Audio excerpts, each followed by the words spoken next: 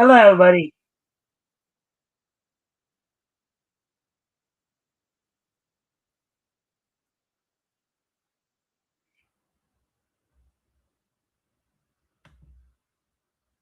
Hello, everybody.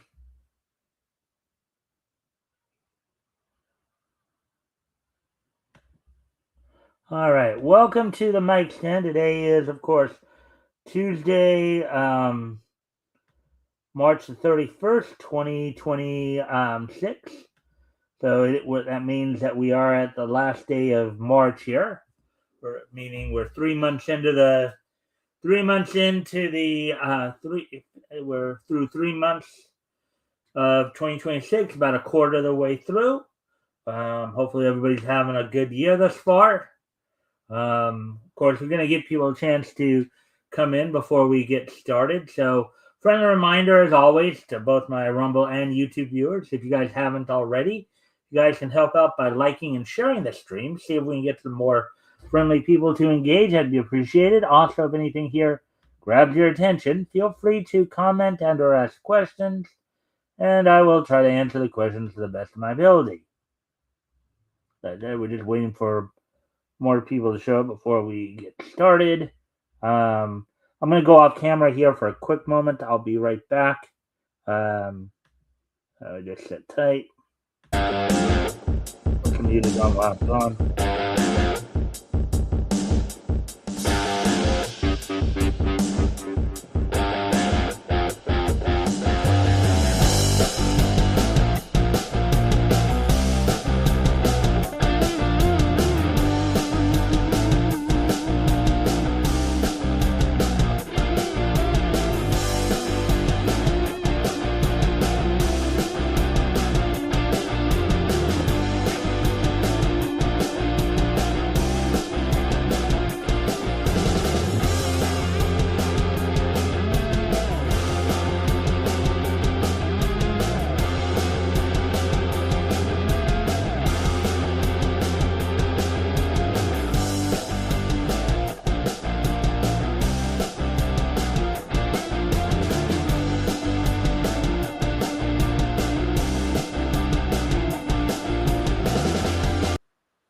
All right, we're back. Let's see.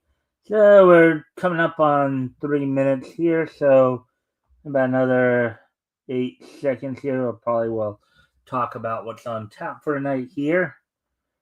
All right, so we're at the 3 minute mark now. So here's what we're going to be talking about tonight. So got three articles I'm going to go over. One from That Park Place, and the other two from Bleeding Fool. We're going to start off. So there's some new stuff coming out from Rippaverse. Rippaverse new release delivers massive dual launch with Chuck Dixon, War on Separation finale, and sci-fi survival story. So we'll be looking at that. We'll also be looking at a couple of stories, as I said, from Bleeding Fool, which will, of course, include one story. We'll talk about Tom King's latest project as he's pushing a new Mr. Miracle animated series. So we'll look at that a little bit, and also we'll be looking at some iconic comic moments involving casinos. So iconic casino moments within the realm of comics. So we'll be looking at that as well. Plus, of course, we'll get all caught up on all the latest in the world of pro wrestling. Look back to last night's Monday Night Raw. Look ahead to tonight's NXT. As of course WWE is continuing to build towards WrestleMania here, and now a little under 3 weeks. Coming up more on like 2.5 weeks here. And then we will also wrap things up with this day in each history. So as we're coming up on 5 minutes here, I guess we'll get ready to get started here. Let me go grab the article, the first article, and then we'll probably get started here.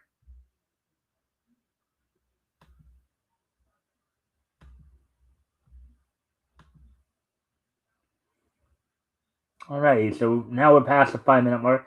And one last friendly reminder before we get started here for both my Rumble and my YouTube viewers. If you guys can help out by liking and sharing the stream, see if we can get some more friendly people to engage, that'd be appreciated. Also, if anything here grabs your attention, feel free to comment and or ask questions, and I will try to answer the questions to the best of my ability. Now, with all that being done and said, let's get into the article here. So, Riververse new release delivers massive dual launch with Chuck Dixon War of Separation finale and sci-fi survival story. Article published today by Pamela Fitzgerald. Well, let's get into this. The Riververse new release strategy is going big again, delivering a dual drop that showcases exactly why Eric July's comic universe continues to carve out its own lane in the industry without relying on legacy brands or corporate IP. All right, pretty interesting there. The latest launch features two very different titles released side by side. The Great War of Separation #4, a massive high stakes finale to one of the universe's biggest arcs, and Dirty Deeds #2, Wrong Turn, a grounded character driven sci fi story that leans into chaos, survival, and bad decisions. Together, the release highlights um, what has become a defining strength of the Rippaverse: scale and variety.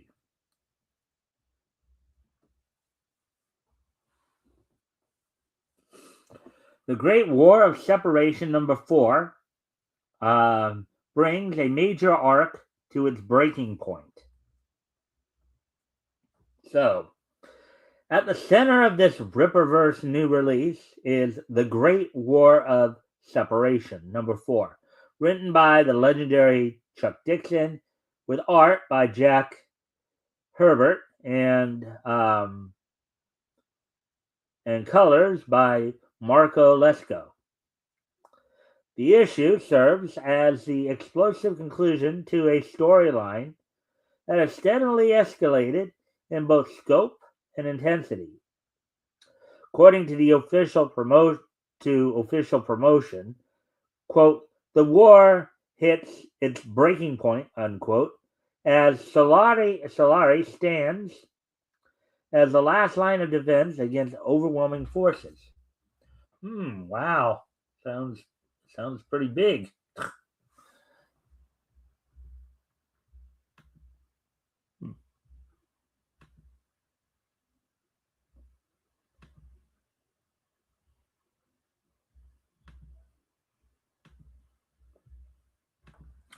This isn't just another chapter, it's a full-scale finale. The Texas Ex the Texas Except Unit, uh, TEU, I guess TU, is pushed into a final confrontation when the battlefield itself begins to collapse under the weight of the conflict. What began as a mission spirals into something far more dangerous, with more threats emerging and survival no longer guaranteed. With over 70 pages and multiple variant covers, the issue is clearly designed to function as both a narrative payoff and a collector's piece. Wow, some pretty interesting stuff there, huh? Dirty Deeds #2 shifts focus to survival in deep space. Running parallel to the war-driven spectacle is Dirty Deeds #2, Wrong Turn.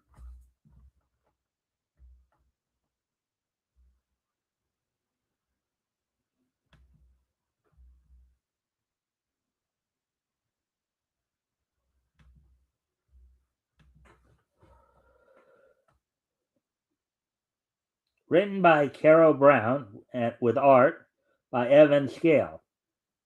While Great War operates on a massive scale, Dirty Deeds pulls the lens inward.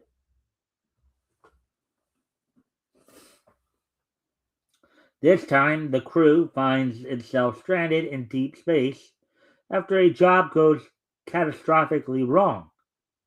Systems are failing, resources are running out, and the only option left is to trust a source they don't understand and probably shouldn't.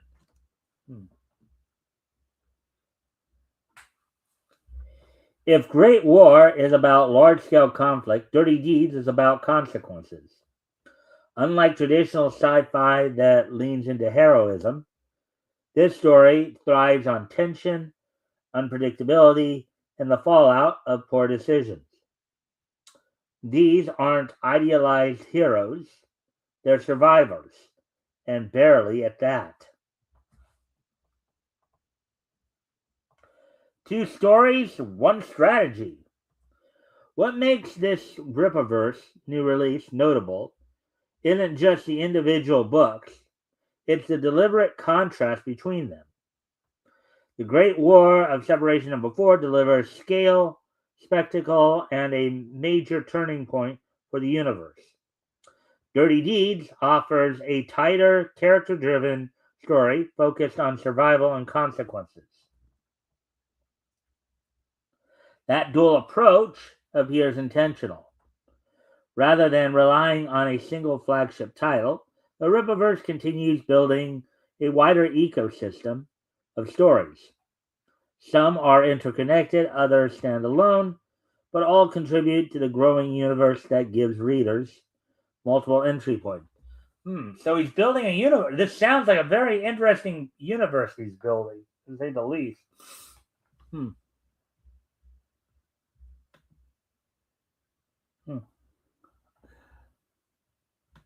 And again, of course, there's always a friendly reminder to you guys. If you haven't already, you guys can help out by liking and sharing the stream. See if we can get some more friendly people to engage. I'd be appreciated. Also, if anything here grabs your attention, feel free to comment and or ask questions, and I will try to answer the questions to the best of my ability.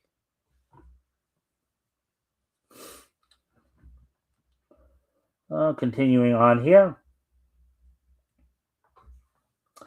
And from a business standpoint, the strategy remains consistent, direct-to-consumer sales, multiple variant covers, and collector-focused bundles.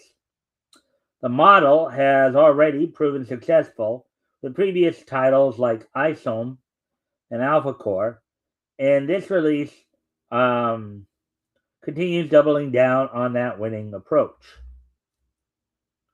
The bigger picture for the Rippaverse. This dual launch reinforces what has become increasingly clear. The Rippaverse isn't just experimenting anymore. It's expanding. Balancing large-scale events with smaller character-driven stories, the universe is building depth without losing focus. One story asks what happens when war reaches its breaking point. The other asks what happens when there's nowhere left to turn. An interesting contrast, to say the least.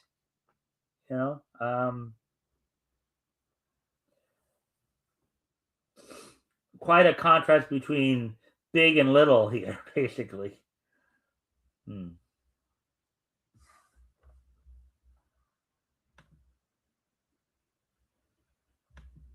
Final thoughts.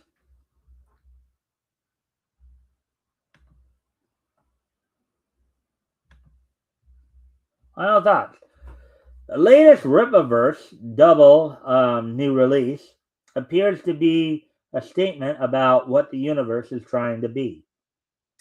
It's not chasing trends, it's not relying on nostalgia, it's building something from the ground up, one story at a time. Sounds very interesting, sounds very intriguing, to engage with. Whether that story is a war that could reshape everything, or a crew of screw-ups trying to survive their own decisions in deep space. And with both hitting, At the same time, the message is pretty clear. The Rippaverse isn't slowing down. And it does kind of make you wonder if the characters in these stories will eventually cross paths. That'd be something. If, as we're talking about here, if if the Rippaverse is building this universe and all that, it does kind of beg the question: will we see a case of these characters maybe crossing paths with one another at some point? Some point down the road.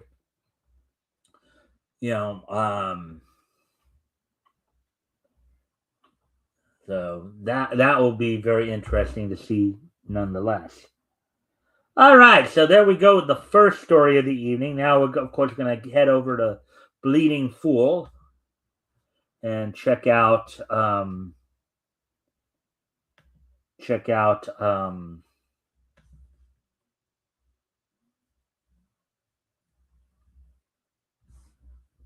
normally I go with the comic stories first, but I'm going to actually hit up the news and opinions section first, because we got another big name that's a big name in comics that's kind of came into the news here. And these next two stories are gonna probably be a little bit quicker, just in that, of course, again, not quite as big and spectacular, but just some interesting stuff nonetheless. So let's get into this next article here. Tom King reveals surprise update on his, in smaller quotes, Mr. Miracle animated show. Article by John Pallister, published today. So there you see right there, DC Studios, Mr. Miracle. So Mr. Miracle and Barda Free right there. Oh, look at that! They're basically having a romantic moment there at the beach in their hero gear. That's funny. That's kind of funny.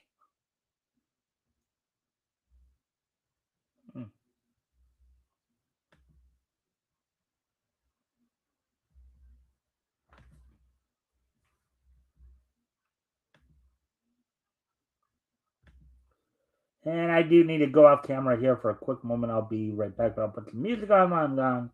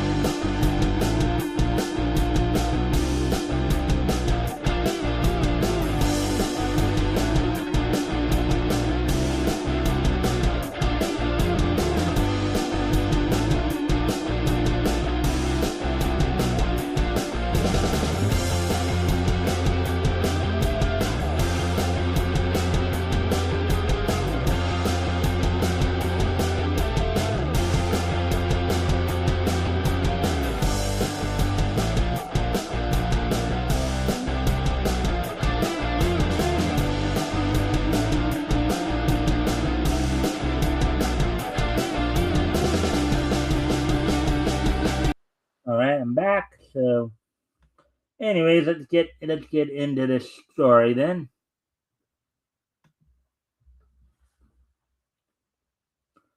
All right, so while attending a comics convention this weekend, Tom King offered fans a substantive update on the long-anticipated Mr. Miracle animated series, confirming that the project has moved into a significant new phase of development. King, who serves as both lead writer and showrunner on the series, revealed that the pilot episode has now been completed. According to his comments at the event, the show is no longer in early conceptual stages, but is actively progressing, with King currently involved in editing the series, and writing later episodes. Excuse me one more time. I need to go off camera one last time here, hopefully. I'll be right back.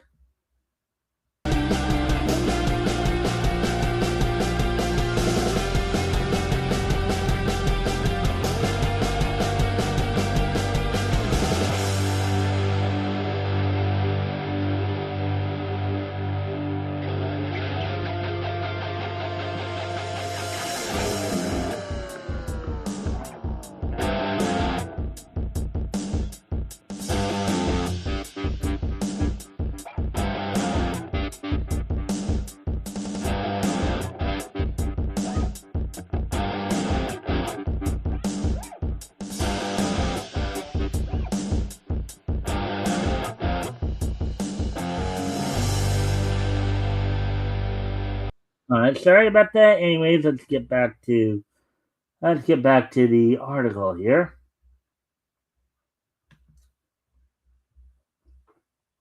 Okay, so one of the biggest takeaways from the panel was confirmation that a voice cast has already been hired. While no names were announced, King teased that fans would be extremely excited once the cast is officially revealed, suggesting that announcements are likely forthcoming. The Mr. Miracle anime series is based on the acclaimed 12-issue comic run written by King and illustrated by Mitch Gerards. During the panel, King reiterated that the show is aiming to closely reflect Gerard's distinctive visual style, an approach that has been a priority throughout development. The commitment aligns with previous statements that the production is pushing the boundaries of animation to faithfully translate the look and tone of the original comics. King also confirmed that the series is set within the DC universe and that he is writing all 8 episodes himself. His dual role as writer and showrunner positions the project as a deeply personal adaptation of his Eisner Award-winning work rather than a loose reinterpretation. Although no release date was announced during the convention, King's update makes it clear that Mr. Miracle is firmly in active development rather than stalled or uncertain. The completed pilot and hired voice cast mark major milestones, signaling the project is steadily moving forward. Alrighty then.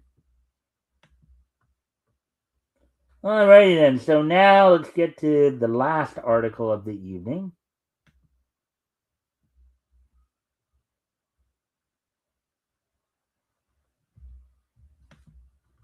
As we will hit up the last article of the evening for tonight.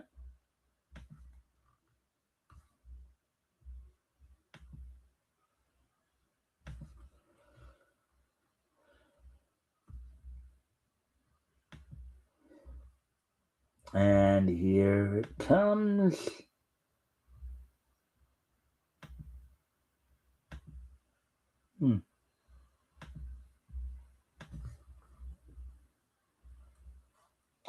From Gotham to Vegas, the most iconic casino moments in comic book history.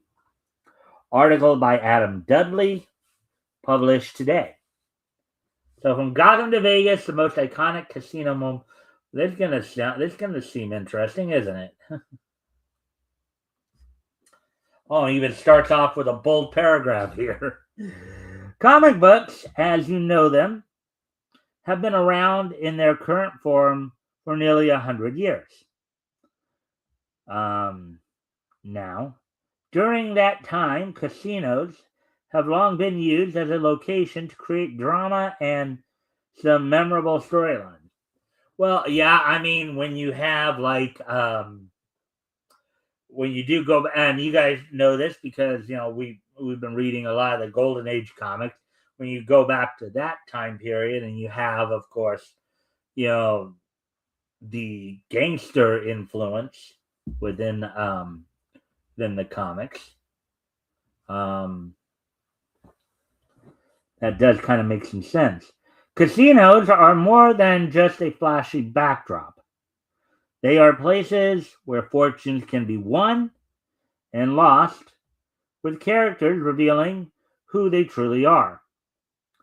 For any storyteller, they provide a perfect place to create conflict and tension. I mean, even expanding that, they're talking specifically about comics here, but expanding it in other mediums too. I remember, probably to me, one of the most memorable Star Trek Next Generation episodes is the Hotel Royale, where you see basically a lot of the action taking place in a hotel casino in, like, Vegas, probably, right? So,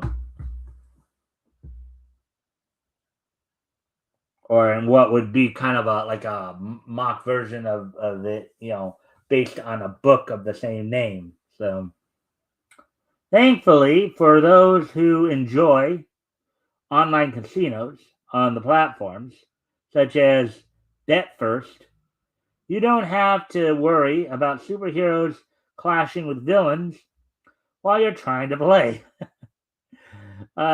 Here, you'll see the comics and characters who aren't so lucky.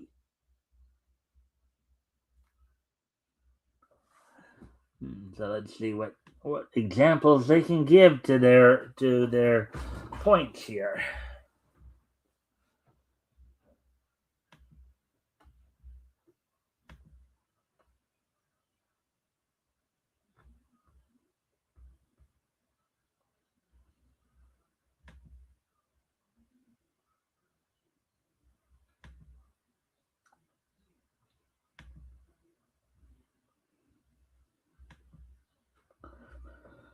The constant high stakes of Gotham. The casinos of Gotham may feel like a luxury experience, but they are often disgusting, disguising a battlefield.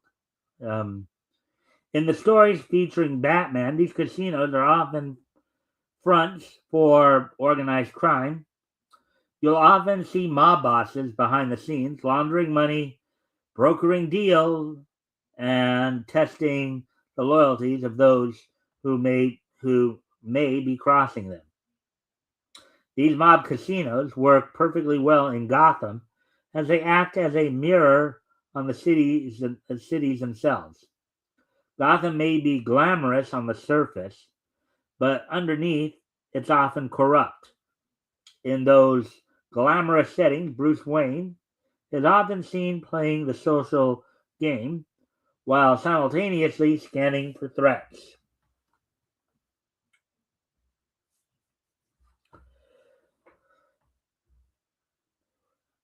Perhaps the most iconic casino in the city is that of the Iceberg Lounge.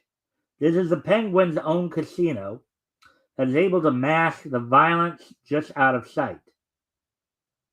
While everyone else is distracted by the bright lights and crystal chandeliers, with these casinos, as with villains, ego and reputation and wealth are always on the line.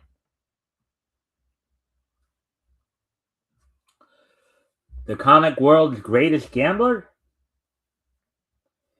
If there was one character in comic book history who may be most closely associated with casinos, it's probably Gambit. Seen in the Uncanny X-Men and X-Men titles, once he walks into the casino, you expect drama. Considering that he has a deck of playing cards in his hand that he charges and uses as basically little bombs. Yeah, that's kind of will draw you forth.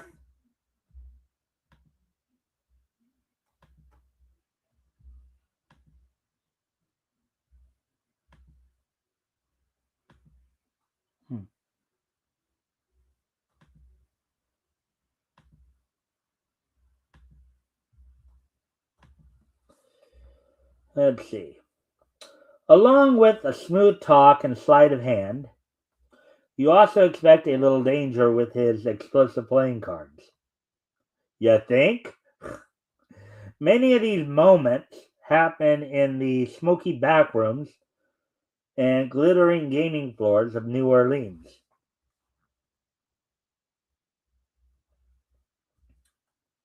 In these settings, he's able to navigate through criminal networks and charm his way past any unsuspecting guard. What may, on the surface, look like a simple card game can quickly become a strategic duel. For Gambit, the casino isn't just a tool he uses, instead, it's a fundamental part of his identity. Hence the name Gambit, right?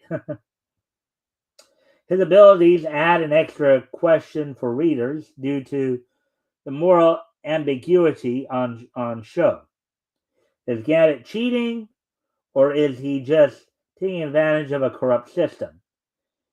Is the bending of the rules a form of survival, or is it pure selfishness? The casino, once again, sets the stage for creating this drama. Some interesting points they're making here. Some very interesting points they're making here in this article. Adam's making some pretty interesting, intriguing points in this article here.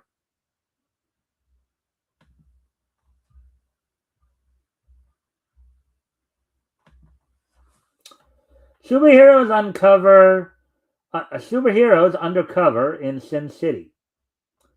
Whenever a comic book shifts its location to Las Vegas, you know where the drama will be headed. The whole city has a reputation for excess and is a natural fit for any high drama. This can be seen in many Avengers and Justice League storylines. Yeah, I mean, I even remember, I think, let's see, there was a Justice League episode, from the 2000s, Wild Cards. The introduction of that universe's Royal Flush Gang, as well as, and I remember, of course, in Batman the Animated Series, you had the episode "The Joker's Wild," where a casino owner had midway decided to change his casino to lure out the Joker, to try to get the Joker to attack it and destroy it, to collect the insurance money, because he was ended up losing money on the project.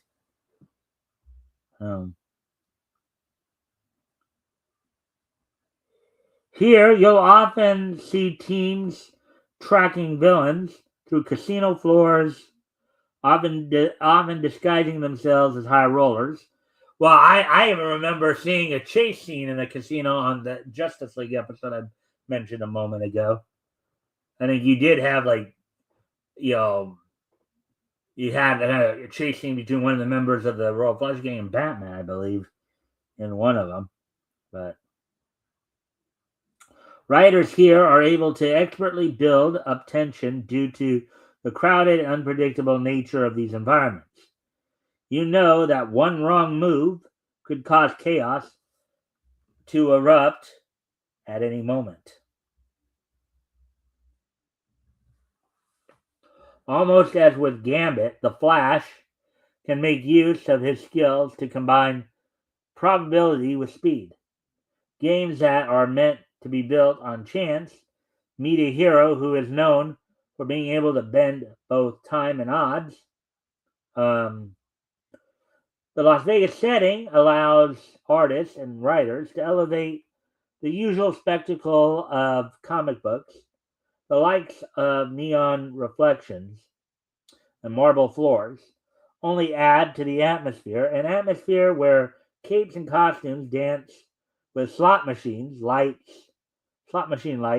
to give a sense of impending drama and tension. It gives a cinematic feel that comics often give you. Wow. Again, Adam's articulating this quite well, I would say.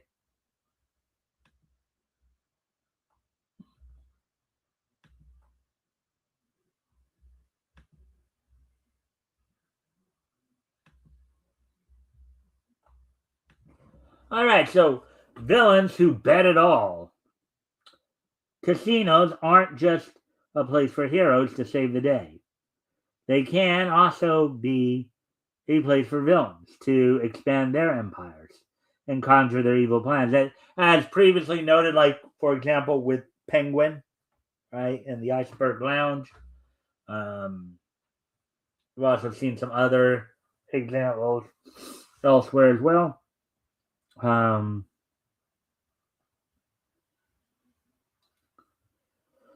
as you've already seen, this is never more apparent than with the Penguin's own casino in Gotham, which we've alluded to. In the Marvel Universe, we see this with characters such as Kingpin, true, Kingpin, the kingpin of crime, who will use casinos as a money making engine from which he can build his criminal enterprise. In these comics, you can see how the casino can be a symbol of power. True enough. Well, also, I mean, even going into cartoons a bit here, I mean, look at Silverhawks, right?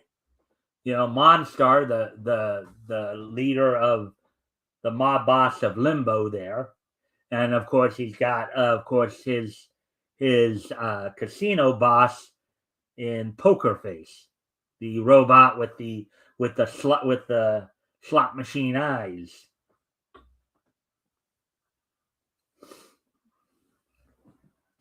All stories need to have conflict. A moment where there is a peril or drama. A casino is a place where these risks become immediately visible. You have the constant temptation of money, where card flip and chips stack up, cards flip and chips stack up. The tension is clear, the outcome immediate. This is why gambling is also shown places outside a typical casino. The Joker is an example here as gambling environments amplify his chaotic personality. And of course, Joker himself utilizes, like sharpened playing cards and casino motif to um, to expand on his character there. In many ways, it matches his whole personality, where life is random and morality is a joke, rather than with a hand or spin. The Joker treats existence itself as a bet. Why casinos keep showing up in comics? That's a good question, which I believe our writer of this article has been explaining to us in great detail.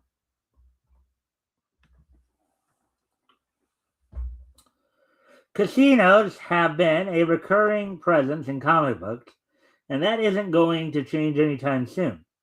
Writers often have to spend time slowly building up drama and creating a sense of atmosphere. In a casino, that drama and atmosphere are immediate. It's the same reason why casinos and gambling dens have long been shown in TV shows and movies, as we've been talking about throughout our reading of this article. You can immediately lock into many powerful plot points, such as wealth, desperation, glamour, and danger.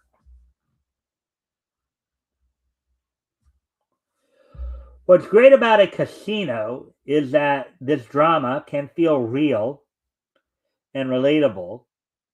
When you decide to play in an online casino, you are getting an instant hit of this tension and high stakes. Thankfully, you can do this in peace away from any comic book drama. It means that when you see comic book action in a casino, the moment sticks with you. A small part of you can relate to what the characters must be feeling in the moment. Comic books have produced many iconic moments in casinos, and there will be many more to come. Alrighty then, so that's a pretty good article. Pretty interesting article right there, to say the least. I do need to, will need to step away from the computer for a moment, but I will be, of course, right back. But while I'm gone, of course, I'll put some music on, and then when I come back, we'll get into the wrestling wrap up.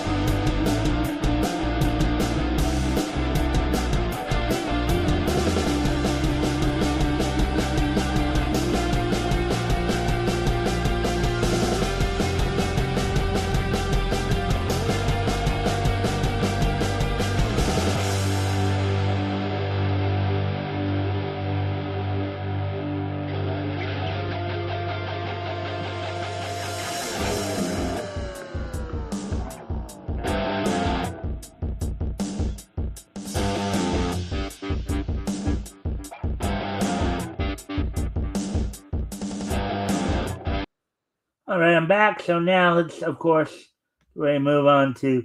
So, as WWE, of course, as we said, is continuing to build towards its, its,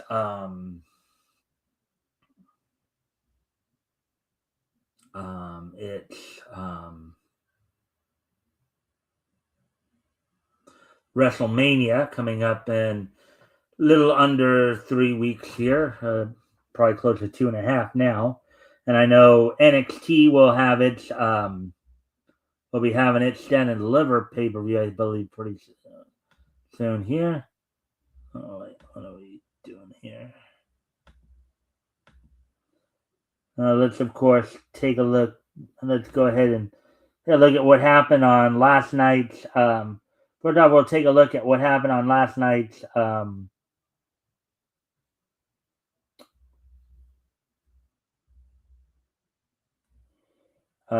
Monday Night Raw, and then we'll move ahead to looking ahead to tonight's NXT. So on last night's Monday Night Raw, which came which was live from the Madison Square Garden with Corey Graves, Michael Cole, and LA Knight on commentary, of course. The opening match saw, with interference from LA Knight and I Am Speed. We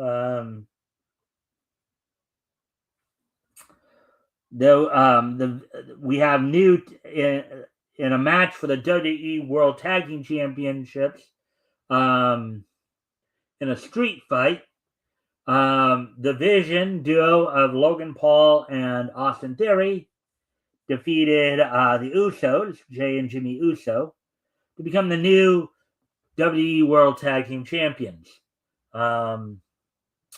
Basically, both Iron Speed and LA Knight got involved in the match, ending up helping with Vision taking advantage of the situation. Austin Theory getting the pin on Jimmy Uso. Then we had, of course, we had a confrontation between Brock Lesnar and Obafemi again in a situation where they were about to come to blows. Triple H had decided to step in the ring, get him, try to get in between them, try to keep them from going after each other again, as they had been doing the last few weeks here.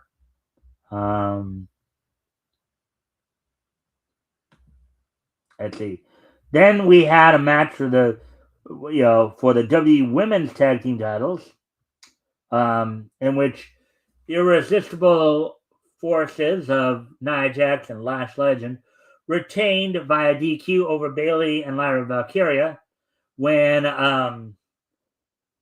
their other two challengers, Charlotta of Charlotte Flair and Alexa Bliss, and the Bella Twins, came out and interfered in the match as well. As basically, this looks like it's building towards a match at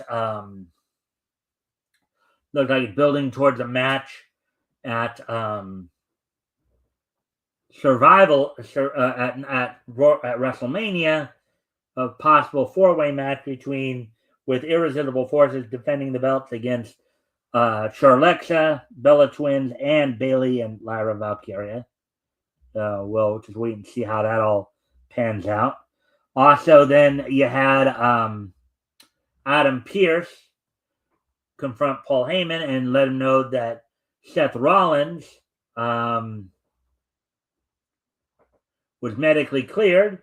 And just as Seth Rollins was going to go after Heyman, after he went after Heyman, then you had Gunther coming out of the crowd to go after Rollins, setting up a match between Gunther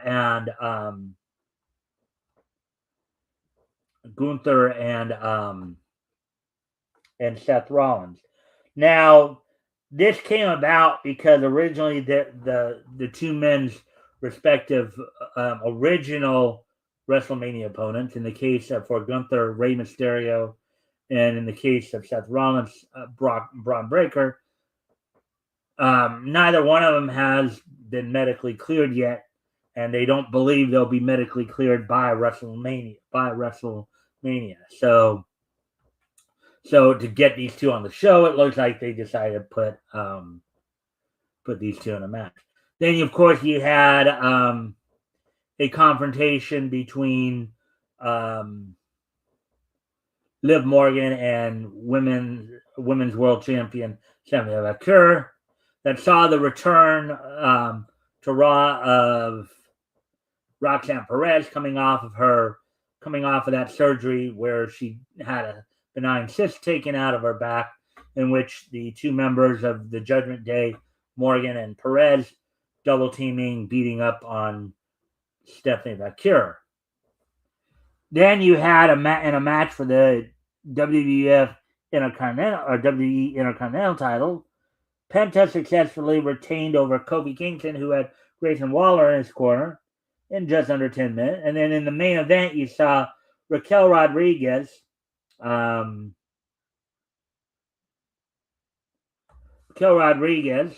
defeat Io Sky in 10 minutes, 25 seconds. As Io Sky, of course, was distracted with the Kabuki Warriors, as more of that drama is playing out as Io's trying to get through to Kyrie, trying to get Kyrie to leave Asuka, as Asuka's been, Asuka's not been treating Kyrie all that nicely, as it were. So, um, so now with that, now we took a look back to last night's Raw. Let's go ahead and move ahead to tonight's NXT, which I believe is also going to be going on in Madison Square Garden.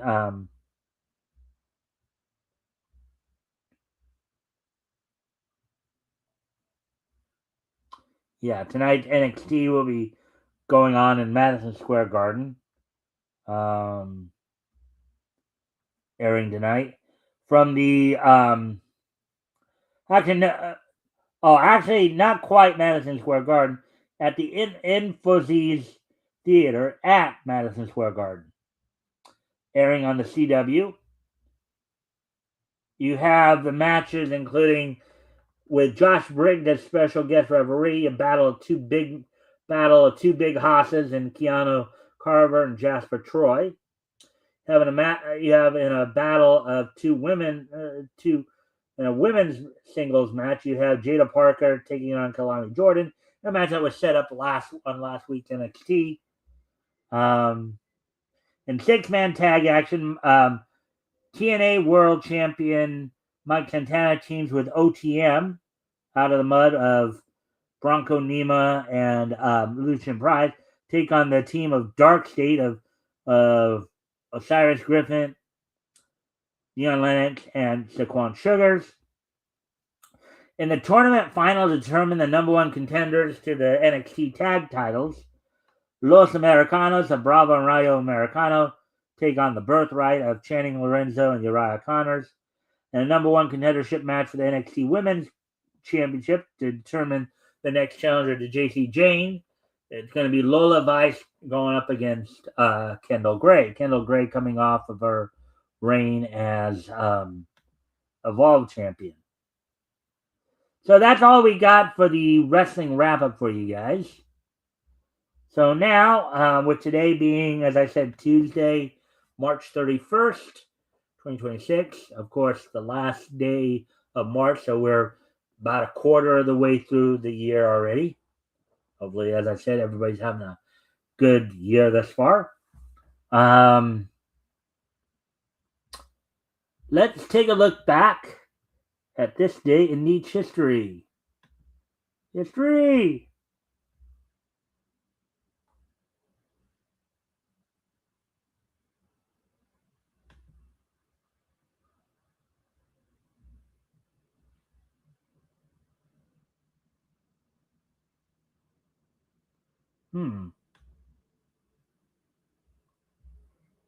Hold on a sec. I don't know how this happened.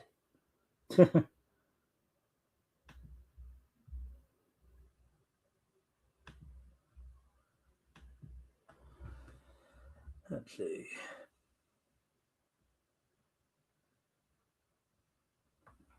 I gotta go check something real quick here on myself, because somehow I ended up.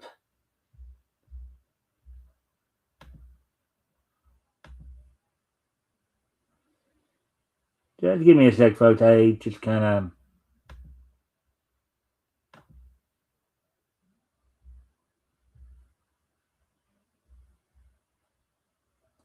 Oh, I actually.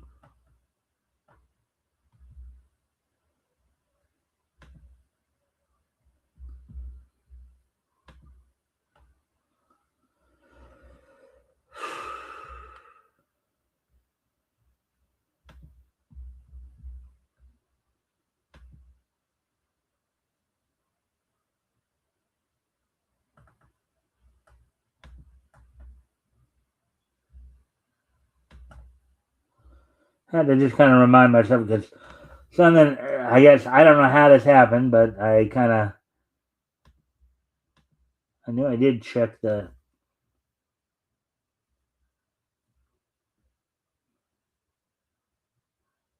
Oh yeah, Gold Key 1966. All right.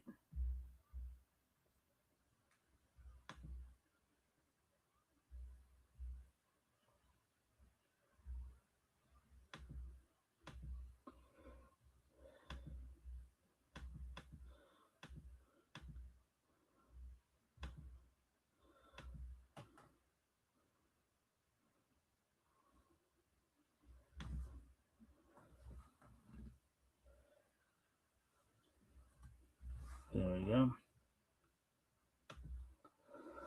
All right, so now that I got that cleared up there. Okay, so first off, we're going to head back 60 years ago. And on this date, 60 years ago today, back in 1966,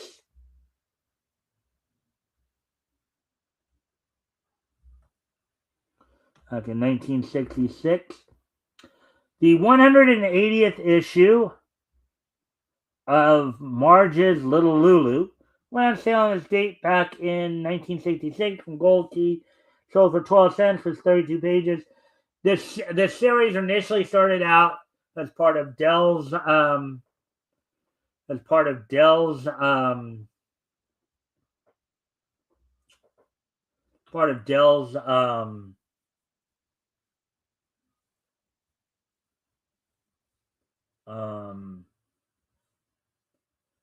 part of Dell Comics, but Gold Key took over. This is one of the many titles that Gold Key had taken over from Dell. So on this date, 60 years ago, the 180th issue of Little Lulu went on sale on this date back in the year 1966, 60 years ago. Now moving on to 1996, I believe. On this date in the year 1996, the WWF at the time held WrestleMania 12 that year. The 12th WrestleMania was held from the Arrowhead Pond in Anaheim, California. Of course, there was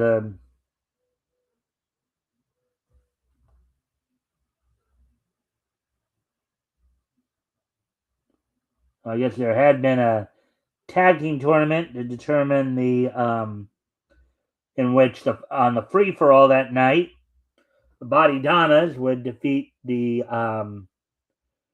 Godwins to become the new WWF Tag Team Champions. On the main show, the main event saw Shawn Michaels defeat Bret Hart to become in an Iron Man match, become the WWF Championship. In a Hollywood black backlot brawl, went to a no contest between Roddy Piper and Goldust. Undertaker defeated Diesel in 16 minutes 46 seconds. Ultimate Warrior defeated Hunter Hearst Helmsley in a minute 36. Stone Cold Steve Austin defeated Savio Vega. Actually, he wasn't Stone Cold yet. I believe he was actually still the ringmaster at this point. 10 minutes there. The show opened up, of course, with Camp Cornette, Vader, Owen Hart, and British Bulldog defeating the team of Yokozuna, Jake Roberts, and Ahmed Johnson with Mr. Fuji in a six-man tag match. So 30 years ago today, WrestleMania 12 went on, which kind of is apropos because of course we've got WrestleMania 42 coming up here. So now moving on to the next piece of niche history here, as we move ahead to the year 2001, 25 years ago today. As on this date, 25 years ago today, the final episode of Spider-Man Unlimited from Marvel Studios aired on Fox Kids on this date back in 2001, so 25 years ago today. The final episode of Marvel Studios Spider-Man Unlimited aired on Fox Kids on this date back in 2001. And finally, as we move ahead to the year 2006, 20 years ago today. On this date, 20 years ago today, on this day in 2006, the final episode of Radix Ace Entertainment's Lemon Angel project aired on Japanese television on this day back in 2006. So 20 years ago today, the 13-episode anime from Radix Ace Entertainment, Lemon Angel Project, completed its run on Japanese television on this date back in 2006. So with that, I thank everybody for being here tonight. I hope everybody enjoyed the show. We'll be back here with more niche news tomorrow, of course, and I'll be joined by Apex from Apex Comics this Sunday. We'll be continuing our look down Comics History Lane. So with all that being said, I thank you all for being here tonight, and I hope to see everybody back here tomorrow. Bye.